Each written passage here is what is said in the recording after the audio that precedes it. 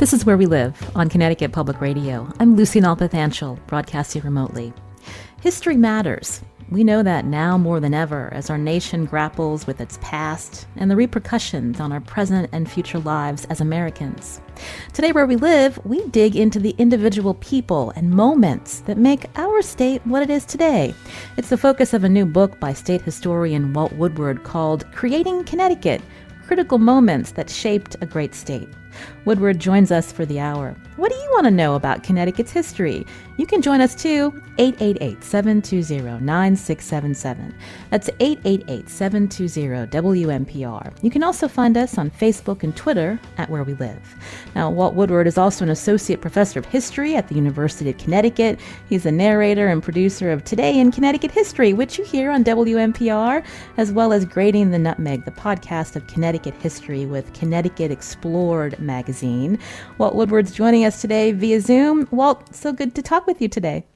Good morning, Lucy. How are you? I'm doing well. I wish that we could be seated in a studio together talking, but this is how our conversations have gone the last several months. And then Be careful what you wish for. I'd be bringing you zucchini. Oh, that's true.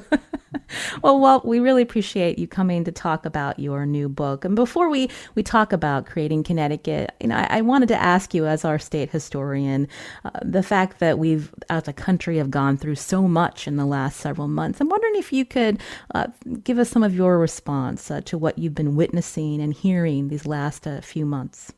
Well, this has been a remarkably important time for historians. It's been a tough time. To start with COVID-19, this is, it's the event of a century, and I think people have really been kind of reassessing their own lives in ways that you don't do unless you're living through a remarkably important historic time. Then you layer on top of that all of the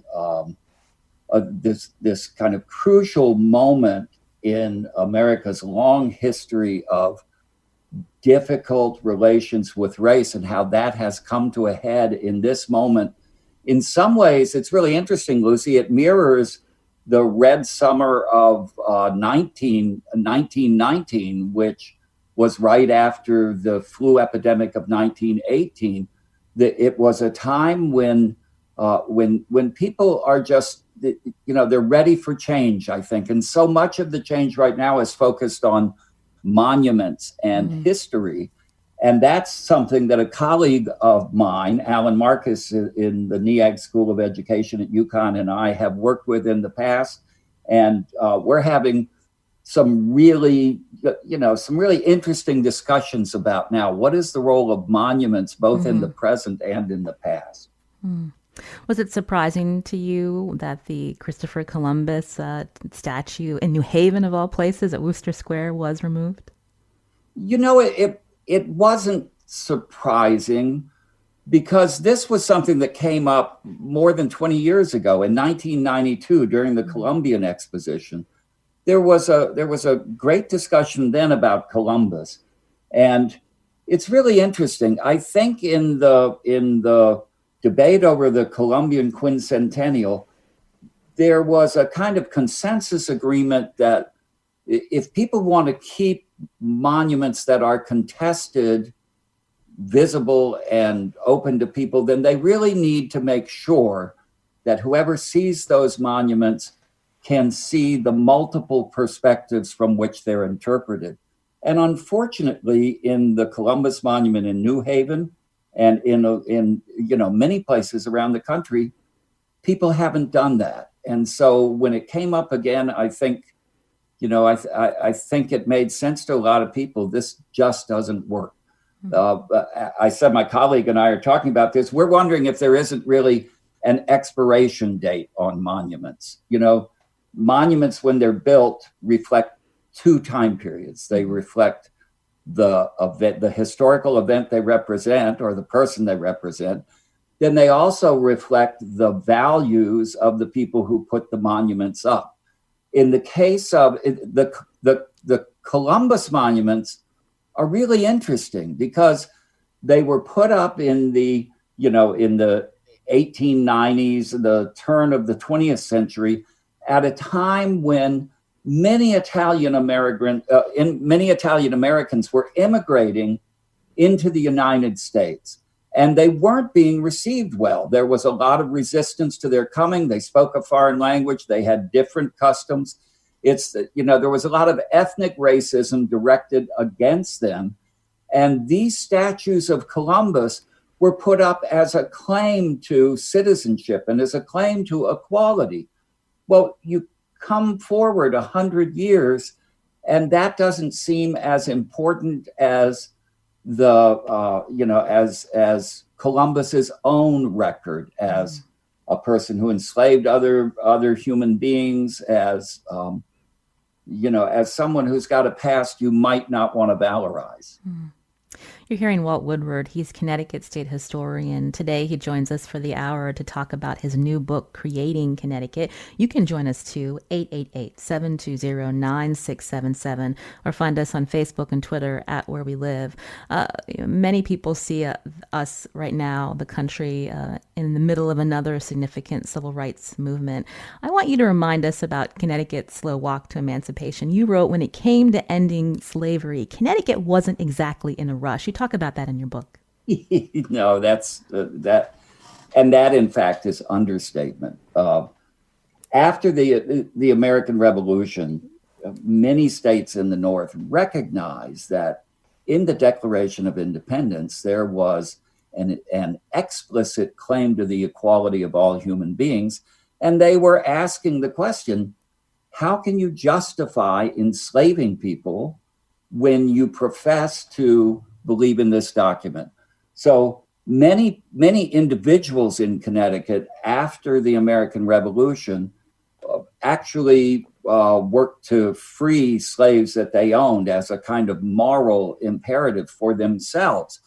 The state, however, was much more reluctant to do that. In 1784, they passed the first emancipation law, but that law said that children of enslaved mothers would be free when they reached the age of 25. They said nothing about the parents of those children. It was a very slow walk towards emancipation that continued. Slavery continued in Connecticut up until the year 1848. And, some people might want to think, well, at least then Connecticut was done with racism, but absolutely not. Connecticut had a kind of deeply embedded racism that it took right into the Civil War. That, of course, is not to say that there weren't fervently committed abolitionists in Connecticut, and there weren't many people who were completely philosophically and morally opposed to slavery, but the majority of the people of the state were, even if they were opposed to slavery, certainly wanted nothing to do with equality. I think the proof of that is that when the 13th Amendment passed, ending slavery in America, people in the legislature, this was a movement led, oddly enough, by P.T. Barnum, who had become a state legislator, kind of specifically because of his abolitionist views. And in 1865, he joined with other people to advance a constitutional amendment to take the word white out of the 1818 Constitution when it said voting shall be all white males in the state should be able to vote. Barnum said, let's take the word white out so that every male in the state should vote. And of course, you can hear in that who's still being left out. But this is after the Civil War. It's after slavery has ended in the country. And yet the people of Connecticut in a referendum twice voted that down by a vast majority of votes. So we participated in the ending of slavery, but racism continued in Connecticut for a long, long time. Again, you can join our conversation with Walt Woodward, 888-720-9677, or find us on Facebook and Twitter at Where We Live. I mentioned the title of your new book is Creating Connecticut, and so one of the early chapters is about Dutchman Adrian Block. Tell us why you wanted to start there. Well, it's very interesting. History over time, I think people forget much of it. And one of the things that is all but forgotten is the half century of Anglo-Dutch conflict in Connecticut. Most people, I think, most school children certainly know that Adrian Block, who was a Dutch trader, was the first European that we know of to sail up the Connecticut River in 1614. Some students of Hartford history know that the Dutch, about a decade later, built a trading house up at Hartford, but that's pretty much the end of it. For most students of Connecticut history, Adrian Block comes, the Dutch fade to black. It's a story of English versus Indians that then instantly morphs into patriots versus Tories. So what I wanted to do in this story is to go back to the beginnings and remind people that the Dutch, who were in New York, and the English had a very conflicted relationship for more than a half century. They fought 4 wars in Europe that had impact in New England and in New York during that half century. Their tensions between each other, or among all the English plantations and the Dutch, involved all of the native tribes in New England. So there was this competition of alliances and changing sides and not knowing who to trust that made that first half century in Connecticut extremely dangerous, and I think a time of great anxiety for all the people involved. Yet over time, after in 1674 and 1675, the Dutch finally left New Amsterdam or New Netherlands for good, and it became an English colony. And I guess after that, in the centuries that followed, at least in Connecticut, the record of the Dutch story just faded away. And I wanted to recapture that and remind people that the very beginnings of this colony from a European perspective were extremely conflicted, and that there are important parts of history worth remembering that have just kind of faded away. You mentioned the Dutch. Talk about their relationship with the Pequots and how that led to the Pequot War, Walt. Well, it's very interesting. Dutch traders, Adrian Block being the first, but there were many who came after him who brought with them things that were of great value to Native Americans. They brought trade goods. They brought sharp edge tools. They brought beads that were seen to have spiritual value. And they brought copper kettles, which, if you can imagine, when you're moving from camp to camp carrying a heavy pottery kettle or a copper kettle, there might be some advantages to that. So Native people wanted European trade goods.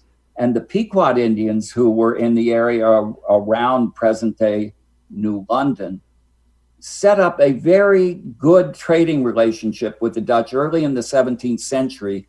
And the Pequots controlled distribution of Dutch trade goods, which allowed them to dominate many of the other tribes in the region. So the Pequots rose to power through an alliance with the Dutch in the early 17th century. But after the English came and established trading houses in Windsor, at the invitation of local tribes who wanted to resist the Pequots, things got much more complicated. And that's where the conflicts that led up to the Pequot War began. You talk about the power of rumors also in the lead up to that war. And it's interesting because these days we think about social media and fake news causing a lot of division in our country. But I'm wondering if you can talk a little bit about how the power of rumors impacted what happened to the Pequots. Well, it is so fascinating because the actual military conflicts of the Pequot War began roughly at the beginning of May 1637. By the end of the summer, Sassacus, who was the sachem, the leader of the Pequots, had been executed and the war was effectively over. But that said, this 3-month war, because of the power of the rumors that flew everywhere during the 17th century, and this climate of mistrust that everyone had about everyone else, rumors kept this an area that was in a near state of conflict for the next 30 or 40 years.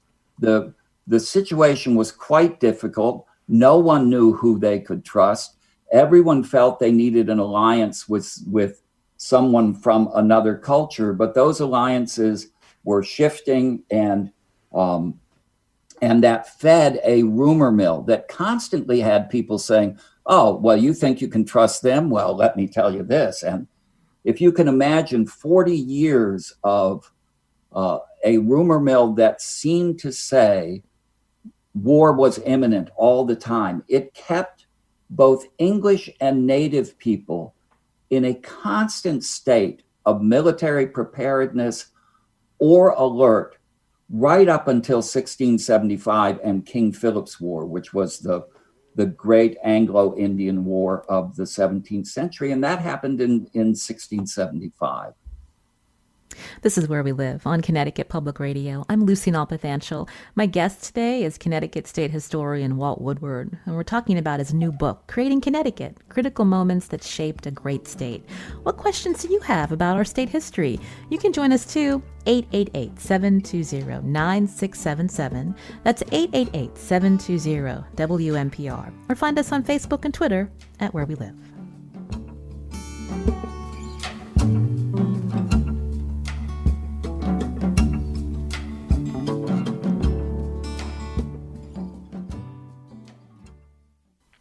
This is Where We Live on Connecticut Public Radio. I'm Lucy Nalpathanchel. My guest is Connecticut State Historian Walt Woodward, and we're talking about his new book, Creating Connecticut, Critical Moments That Shaped a Great State. The book includes a collection of 24 stories about Connecticut's past. Have you read it yet?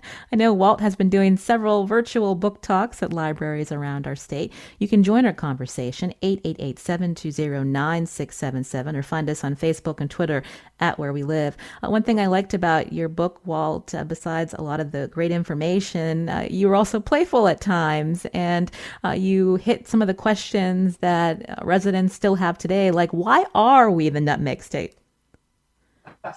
I love this story because it's a nickname that cuts both ways. This goes back to the late 18th century and the early 19th century, at the beginning of the industrial revolution, when Connecticut had a lot of companies in New Britain and Hartford and elsewhere around the state that were producing the consumer goods for people, and they needed distribution mechanisms to get them out to people.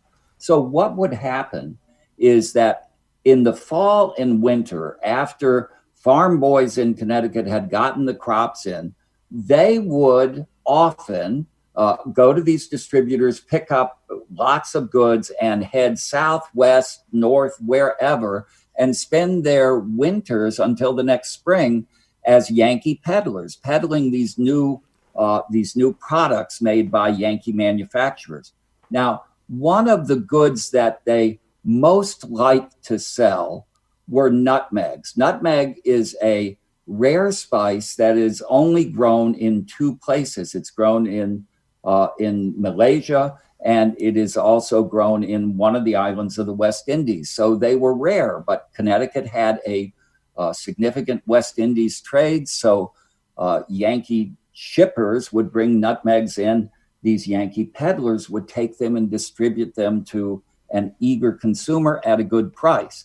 Well, some of these guys realized, at night sitting around the campfire or wherever they were staying, that nutmegs look very much like just little wooden balls. So they would often take wood and whittle out a nutmeg or two or three maybe, and put them in the jar with the other nutmegs. And they would increase their profits dramatically.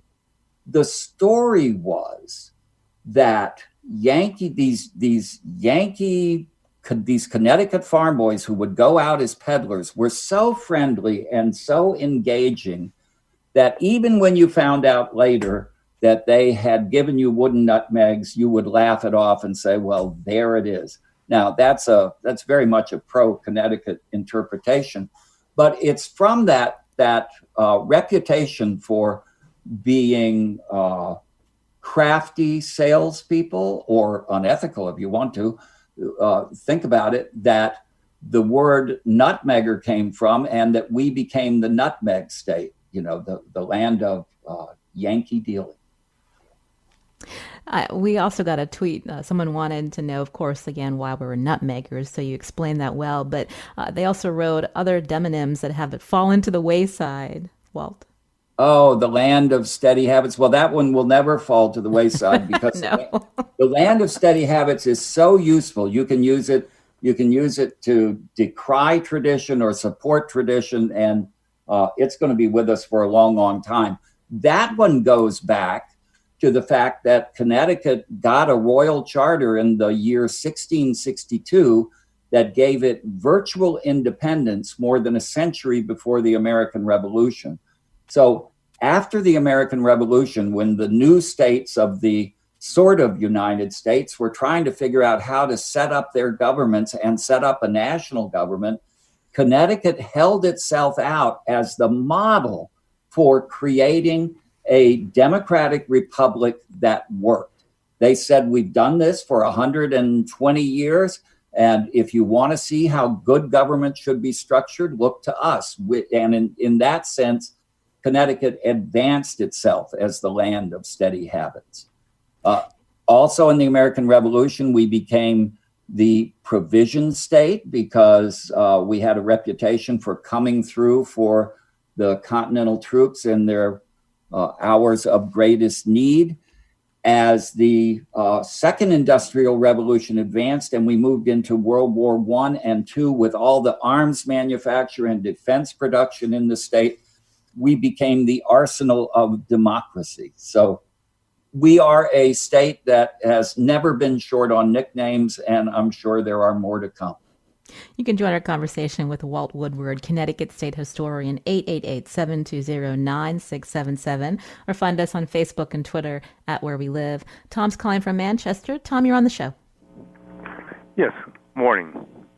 Go ahead, Tom. Hi, Tom. Yes, I had Connecticut some history. I'm of African-American background, but I know our name means land of the long tidal river in Native American language, but also our state was involved with the slave trade, and we didn't abolish it till 1848. But I know that people of color have contributed to Connecticut's history in many different ways, including defending this country with, wars abroad too. So I know we were a good state, but we, also had problems with discrimination, classism as well. So I'm proud to be a resident of Connecticut, where I am in Manchester, and I'm a proud town too, but there's also, always room for improvement.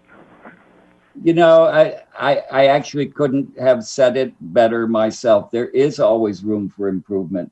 And I think many people like to think that Connecticut at some point, probably after the Civil War, really kind of cleansed itself of this long tradition of ethnic and racial discrimination. But of course, that's not true. It continued right into the 60s and 70s. We had real and serious conflict over civil rights in the 60s and 70s, and problems continue up to the present. So there has been progress over time. But it's not structural, but it's a problem. Well, it may be structural. This is an issue that has never gone away. And it may be that we are in a moment now, a time of reckoning where we're really going to confront the ongoing conflict between our ideals, our promise to be a certain kind of country, and the reality of what we've done. I know enough about people to think that life is always a work in progress, but I think this is a time to make a lot of progress. At least cross your fingers. We think often about how our state still is very segregated because we have 169 towns and villages and hamlets. We got a couple of questions on Twitter, Walt, about why Connecticut turned out this way. And DJet writes, many towns were previously part of another town. Was there a reason for the trend of towns breaking apart into smaller communities? What can you tell us? You know, actually, it's very interesting. That reason goes all the way back to the last major ice age, the glaciation of 30,000 years ago, that when glaciers slid down over Connecticut, over a mile high, went out, formed Long Island, then slowly retreated and gradually left the state about 11 or 12,000 years ago. What those glaciers did as they moved forward and backward is scour the landscape. And the nature of glacial retreat was such that in addition to throwing all these boulders, these glacial erratics that you see dotting the Connecticut countryside, they scoured off the tops of mountains and they left behind them fertile pockets of soil, fertile valleys. As a result, Connecticut unusually has little pockets of fertility separated by very barren soil and maybe 4 or 5 miles apart. So when the early settlers settled into Connecticut, they would find a fertile place, they'd settle in, and pretty soon they would reach capacity. So as they had used up the land, they then would, and they called it hiving off. They would hive off their children or, their children's children to other towns. And those people would go that 5 or 6 miles, find another pocket of fertility.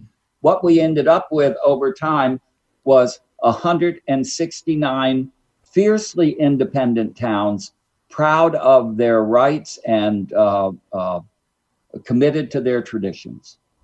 So blame it on the glaciers.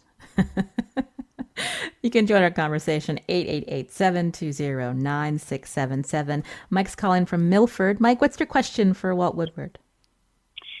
Hi, good morning. I was told back from a political science class way back in the day that little notch on the northern border of Connecticut once actually had Connecticut National Guards or something similar sent to it by a prankster lieutenant governor from back in the 1970s. Is there any truth or validity to that story? I have never heard of it. I would love to know about it if it were true. I think if it had actually happened, we would hear more about it because that just sounds like it'd be such a delicious story to remind ourselves of. I will tell you that notch also goes back to the early days of Connecticut when the first surveyors of the boundary line between Massachusetts and Connecticut got it completely wrong. They said that the Massachusetts boundary was about 30 miles south of where it actually is. And so for the next century, Connecticut and Massachusetts they got pretty testy with each other, and sometimes very seriously testy, over who owned Suffield, who owned Enfield, that area. This went on for generations, and the notch, which that little nick out of the state on the northern boundary, that notch was part of a final settlement that moved the Massachusetts boundary north and let Massachusetts take that little piece of Connecticut for itself. So you've got me curious now. I'm going to be looking for a lieutenant governor who went to defend the notch. I love the idea. Again, you can join our conversation with Connecticut State Historian Walt Woodward. He has a new book out. It's a collection of 24 stories looking at Connecticut's past, certain individuals and moments that made our state what it is today. Our number, 888-720-9677, or find us on Facebook and Twitter at Where We Live. Speaking of delicious stories, Walt, you talk about the Connecticut Election Cake. We wanted to bring that up because we're in a big election year. Well, we are, and I personally, and there are some other people, the voter registrar of Bloomfield, some people at Litchfield Historical Society. We all think that this is a really good time to bring back what was for more than a century, for a very long time, one of Connecticut's most important election traditions, and that is the tradition of having a cake on Election Day, a huge cake that was distributed to everybody in celebration of the right to collect your own or to elect your own rulers. I mentioned the Charter of 1662 and how that gave Connecticut virtual independence. Well, the Puritans, who didn't celebrate Christmas, they didn't celebrate Easter or any of the saints' days or festival days because they said they were invented, they thought that virtual independence, that right to select your own rulers, was in fact something very much worth celebrating. So when they had their election day, which at the beginning of the colony took place in May, they pulled out all the stops. That was the one day these dour Puritans really had fun. And key to that was a cake. I have in the book, at the beginning of the book, I have a recipe that'll give you an idea of the size of the cake that they would bake up. Can I read it to you, Lucy? Sure, I'd love to hear it. Okay, you take 30 quarts of flour, 10 pounds of butter, 14 pounds of sugar, 12 pounds of raisins, 3 dozen eggs, 1 pint of wine, 1 quart of brandy, 4 ounces of cinnamon, 4 ounces of fine coriander seed, 3 ounces of ground allspice, milk, yeast, and a very strong arm. So they would bake up, they wouldn't bake one cake that big. They would mix that batter up and do it into loaves. And when people came to these election festivals that were the biggest parades that took place in the colony, they would celebrate with this cake. And you were known by the quality of the election cake that you could bake in your household. Election cake was such a big deal that when Connecticutans moved west later in the 18th and 19th century, they took the election cake concept with them, and it spread all over the country. Election cake became a very important national tradition. Connecticut had some other traditions, riding out to meet the governor as he came into town on election day, following all the ministers of the colony to church for an election sermon. These all fell by the wayside. But in 1878, when 1877, when the General Assembly decided to change the election date from May to January, a reporter at the time lamented this change. And I'm paraphrasing what he said, but he essentially said this, moving into winter means the election parades are going to fade away. We've already lost the sermon. We've lost the tradition of riding out to meet the governor. But there is one tradition we will never lose, and that is the Connecticut election cake. It's just too important, and it's too much part of us to ever pass up. Well, I thought that was wonderful. And I think, right now and for a while, elections have tended to leave, I think, everyone with a bitter taste in their mouth. So what better time than now to celebrate sweet democracy than to bring back the election cake? So I put a modernized recipe in Creating Connecticut in the chapter on election cake. But if I could, Lucy, I'd like to invite anybody who would be interested in making an election cake to share with family or friends in this coming election, and I do mean men and women, I'd like to see this done equally. If you will email me, I'd be happy to send you a recipe, and you can make your own and impress your friends. It sounds like a good bundt cake, Walt. It's a spice cake, actually, and it's my wife has made one, and it's quite delicious. Well, we'll have to find out how many people take you up on that, Walt. We'd love to hear as well. Again, Walt Woodward is my guest today. He's Connecticut State Historian. Before we head to break, we got a question on Twitter from Gabriel, who wants to know more about the witch trials in Connecticut that happened before Salem. You talk about the man that's credited for keeping down the hysteria in our state. Can you tell us briefly about him? Well, I will indeed. Everyone knows about Salem, but in fact, there were two periods of intense witch hunting in New England. And in the first one that lasted from 1647 to 1663, Connecticut was New England's fiercest prosecutor of witches. In Massachusetts, if you were charged with witchcraft, you had a 50-50 chance of getting off. In Connecticut, for the first 7 people tried, it was a death sentence. If they went to trial, they died. Then in 1655, this newcomer to Connecticut, he had actually come in the 1640s. Well, he'd been around for a while, but his name was John Winthrop Jr. He had founded Old Saybrook in the 1630s. He founded New London in the 1640s. And in the 1650s, they asked him to consult on witchcraft trials. They asked him because Winthrop was an alchemist and a practitioner of natural magic himself. Surprising that to most people that you would find that in a Puritan, but he was very much interested in using religion, science, and magic together to improve the world.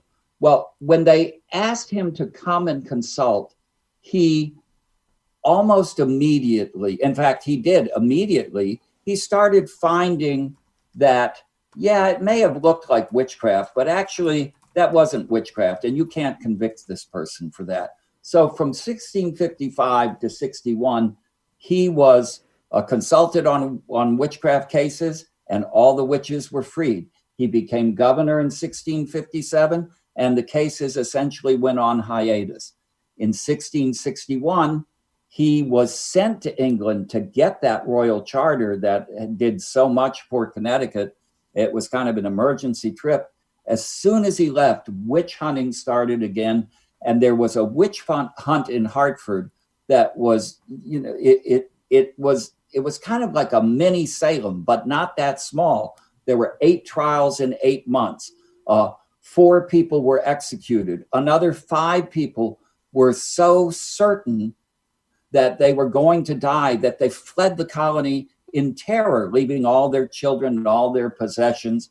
Winthrop came back in 1663 and began a long and very difficult process of dismantling this desire to convict and execute. And the capstone case was a case in 1669 that involved a woman named Catherine Harrison.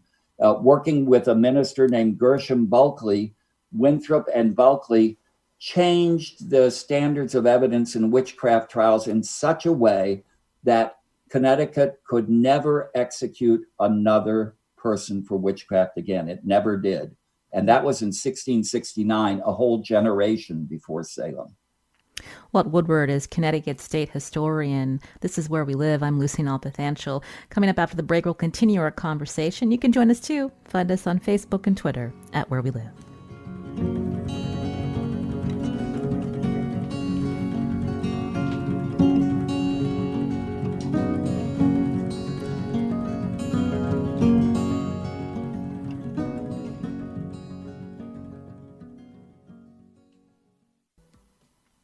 This is Where We Live on Connecticut Public Radio. I'm Lucy Nalpathanchel. Coming up tomorrow, we're going to talk about the digital divide in Connecticut, especially during this pandemic. How many residents still don't have access to high-speed connection? Again, we'll talk about that tomorrow.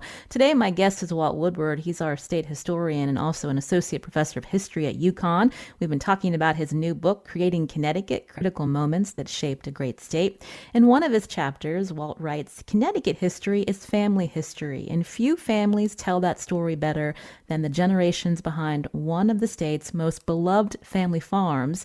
Walt was referring to Lyman Orchards in Middlefield, Connecticut. Joining our conversation now on the phone is John Lyman III. He's Executive Vice President of Lyman Orchards. John, welcome to the show. Good morning, Lucy. Thank you for having me. So tell us, the Lyman family goes back many generations. What generation are you? I'm the 8th generation, been farming here in Middlefield. We started in 1741, and we have members of the 9th generation and 10th generation coming along. So, long history. A long history. You survived economic downturns before, blights before. Now we're in a pandemic. How's it been going for your family, John?